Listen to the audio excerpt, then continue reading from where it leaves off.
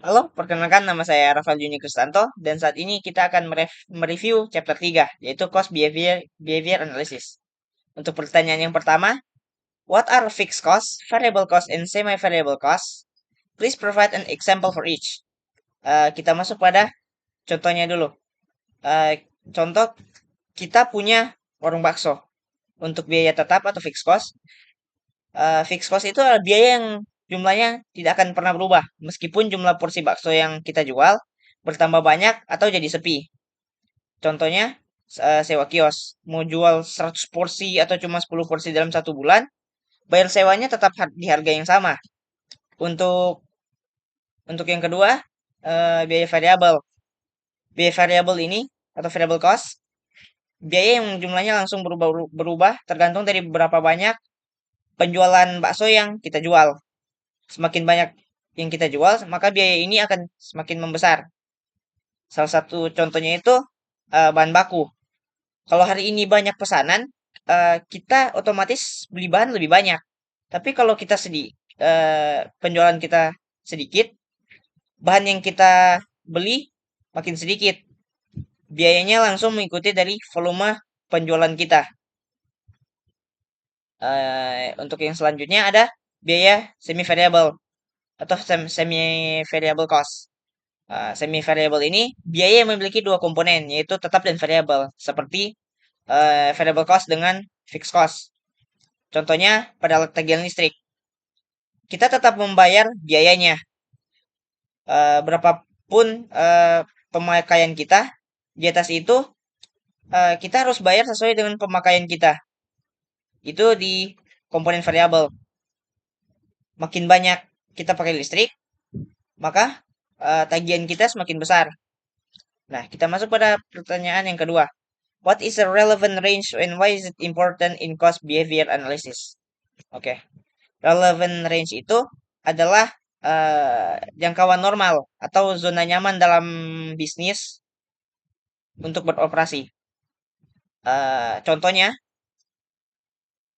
kita mempunyai mesin kopi yang kita taruh di warung atau kafe, yang dimana itu bisa menghasilkan 100 cangkir per hari. Nah, relevant range dari mesin kopi itu adalah antara 0 sampai 100. Dalam jangkauan ini, biaya listrik dan perawatan mesin itu masih bisa kita prediksi. Nah, mengapa itu penting? Karena perhitungan biaya tetap kita hanya berlaku dalam jangkauan ini. Kalau tiba-tiba kita harus jual 500 cangkir dalam satu hari, kita harus beli mesin baru, eh, sewa tempat yang lebih besar juga, dan merekrut beberapa karyawan baru. Di luar relevant range atau zona nyaman itu, semua perhitungan biaya itu berubah. Jadi, kita analisis biaya hanya dalam batas wajar ini. Untuk pertanyaan nomor 3, why is it important to separate the fixed and variable component of semi-variable cost? Nah, mengapa harus memisahkan komponen tetap dan variabel dari semi-variable cost? Nah, karena agar kita bisa membuat prediksi dan pengambilan keputusan yang lebih akurat. Kalau kita lihat tagihan listrik sebagai satu angka bulat yang naik turun, kita malah bingung untuk memperkirakannya bulan depan. Tapi setelah kita pisah untuk komponen tetap atau fixed cost, kita tahu pasti berapa minimal biaya listrik yang harus kita bayar tiap bulan. Untuk komponen variabelnya atau variable cost, kita bisa menghitung, oh, kalau bulan depan saya targetkan jualan naik 20%. Kira-kira bayar listrik tambahannya berapa ya? Nah, dengan memisahkannya, kita bisa lebih paham bagaimana setiap keputusan, contohnya seperti menaikkan produksi, akan mempengaruhi total biaya kita. Nah, kita masuk pada nomor yang keempat. Explain the high and low method for separating fixed and variable costs.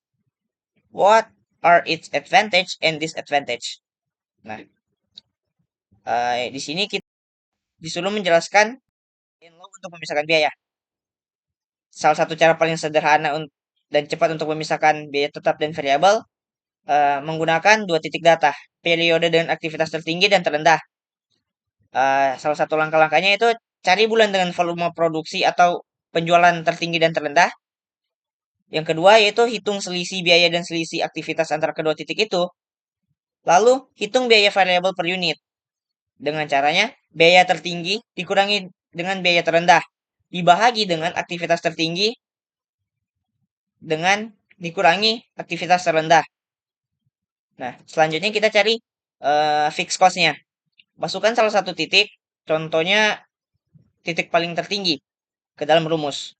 Jadi total biaya sama dengan biaya tetap ditambah biaya variabel hasil ditambah hasil dari biaya variabel per unit dikalikan dengan jumlah aktivitas.